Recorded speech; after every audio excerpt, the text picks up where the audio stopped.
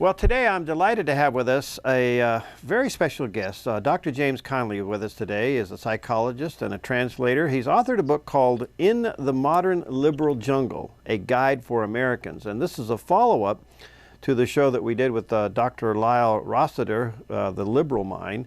These men have collaborated and worked together, and I'm fascinated on this subject for a lot of reasons, and I hope that this is the beginning of many times together with Dr. Connelly, because I think there's much to learn from him as well as Dr. Rossiter. But Dr. Connelly, what a delight to have you with us today. Thanks for your time. Oh, thank you very much for inviting me. Now, this whole liberal mind is one that we're all trying to get our minds around, because sometimes when we look at some of the things that are being done, it seems like logic is completely out the window and common sense got thrown under the bus. And we have a hard time believing that the liberals believe what they believe as almost as much as they would as a religion. They're committed to it at a level far beyond anything that we can possibly imagine. So how would you describe, from your research, what is a modern liberal? The modern liberal has really inherited a whole series of ideas that went back to the late 19th, early 20th centuries, in which we can create a kind of a utopia. If you ask a modern liberal that, they'll disagree. They don't want to create a utopia. But this mindset that we can perfect society, whereas in contrast to the founders accepted human nature. But the modern liberal has accepted the idea, the belief, the ideology that we can perfect our society, we can change human nature. And so the founders created something we should work with human nature as it is. Madison talked about factions and such, whereas the modern liberals have inherited the idea that we can change human nature, we can make it perfect. All right. So where does a person and how does a person become a liberal? I mean, is this genetic? Is it generational? Is it a result of academia? How does this mindset come about in a person? It's passed on in the liberal culture, and much of it is in academia. And some parents will be kind of surprised sometimes when their child comes back after 4 years of being in university and seems to be a raving liberal, and they don't quite understand how this happens. But in the culture, I look at four types of liberals, modern liberals. One type is the elite. The other type is the followers and conformists. Another type is the fearful and insecure. And the other type are the opportunists. So the elite we hear about, they're really not many of those. They're more aware of the general, the overall picture, the larger picture of the centralization of power. That's the essence of modern liberalism, and why it's really against liberty as our founders envisioned it. They wanted to decentralize power and limit government. And the elites see that more clearly. But the majority are the followers and conformists, and they're in the environment. They want to be accepted. They're going along with what other people are agreeing to and studying and what their professors are telling them. And the opportunists are typically your bureaucrats who are involved in some government office, and they're just carrying out the dictates of their jobs, and they develop their own rationale. And then there's a fearful and insecure, and I think they play a large part in this. And socialism, the socialism that liberals push a lot, really preys on people's fears and insecurities. And as Dr. Rossiter mentioned also, there is that fear. So with socialism, you can guarantee everything. No matter what happens, you'll have a job. No matter what happens, you'll have housing. If you get sick, you'll be taken care of. If you're old, the state will take care of you. So we all have those fears. We plan for our future and this sort of thing. And they will prey on those fears. So if a person is feeling somewhat insecure and worried about the future, they can be susceptible to some of the propaganda. So does this mindset that somebody will take care of you, does that become their religion, their God? I mean, in this case, in America, it would be government or socialism taking care of them, and they begin to worship that. I mean, is that the source of their utopia? No, the belief that's down deep behind it is that this utopia can be created. In the past, it was rather revolutionary in Russia and such, and they wanted that in America too. And some utopian societies were set up before the Civil War, but they were isolated. Um, but after, uh, it just stayed with us, and now it's incremental. The revolution, they can see that's not happening, and people will just reject it outright. But little by little, for instance, if with medical care, with the medical insurance, if you ask a modern liberal, okay, let's suppose we had single payer health care. Is that it? Will you stop now, or is there going to be more after that settles down? It'll never stop. Do it appears they have a disdain for this country, and yet they want this country's freedom that it affords them to change the country. I mean, it's hard for me to understand why a liberal seems to have such a disdain that America has got it wrong and we need to change it. Oh, yes. Really, that started more after the Second World War, because communism was failing, the Stalin's atrocities were coming out. The dream looked like, well, became very obvious that it wasn't going to work, and so it shifted on to what were the agrarian reformers, that they Castro, Pol Pot, Mao, they would bring the utopia within their countries, and then that fell apart, of course. But that persists. And David Horowitz talks a lot about the dream, how beautiful it is, how wonderful it is to feel you on the vanguard of bringing in this wonderful heaven on earth. And it's too hard to give up. The realities of slow incremental change, compromise, it's too unpleasant compared to this dream that you're fighting for. You're on the moral side. You're one of the people who's going to bring in help the poor, end racism. It's hard to give up that belief that you're one of them. What can they point to as success? I mean, they've done all of these changes incrementally, and it's not working. So are these just sacrificial changes for what they believe will be better someday? Well, they won't admit to the failures. Yeah. And if you look at the failures that did happen, it was because not enough money has been put in, not enough people cooperated. We didn't do it long enough. The Great Society is a perfect example, and Thomas Sowell points to so many, he has so much information in visions of the anointed, whereas things were getting better with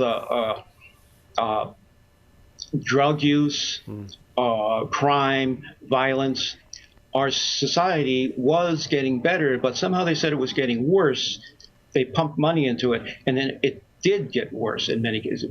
We saw riots in the streets and all, but it didn't, according to them, it wasn't, not enough money was put into it, and it didn't, we didn't see it through till its fruition. All right, so do they actually believe in a level playing field? I mean, let's take from the rich, give to the poor, and bring everybody up to the center. Is that, do they really believe this? I think so. I think they do, yes. Yeah. All right, so then what do we do with trying to create a dialogue with them? I mean, is there a point of reasoning with them or not?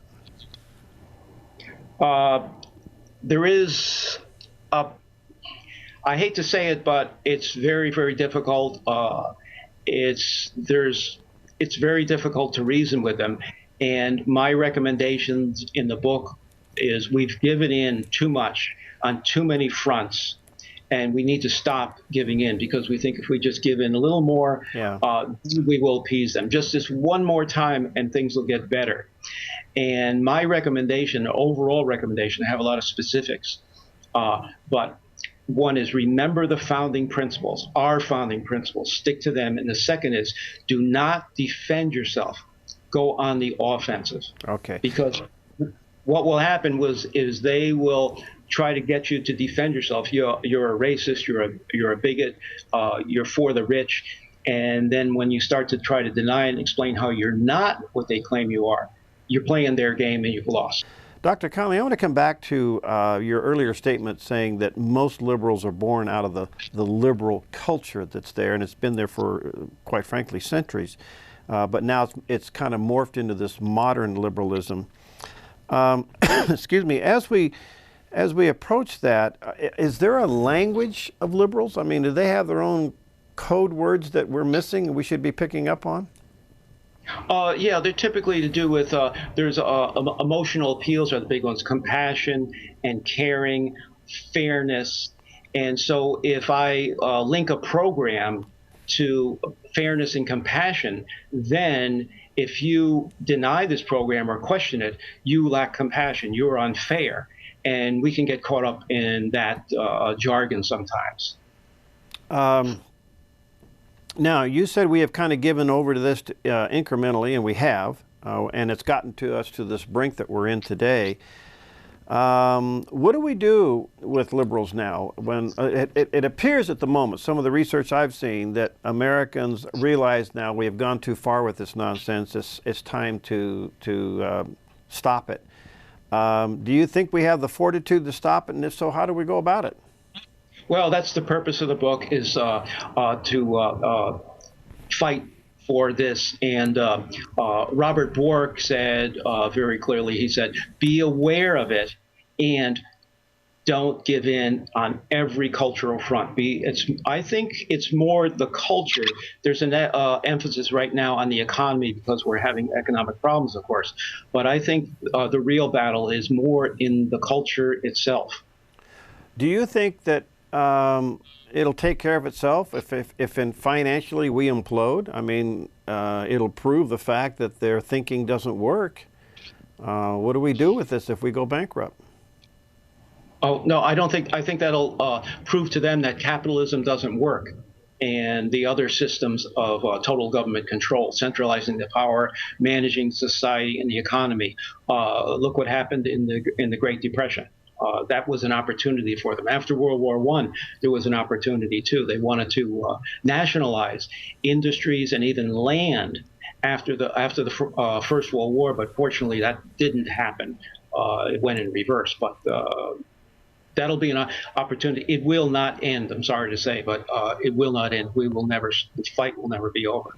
So, why are they so hypocritical in what they believe and preach, and yet don't defend? Case in point is women's rights as it relates to the Muslim culture and the Islamic faith. Why aren't they speaking out on that? The innocent killing of people that we've seen just in the last couple of days.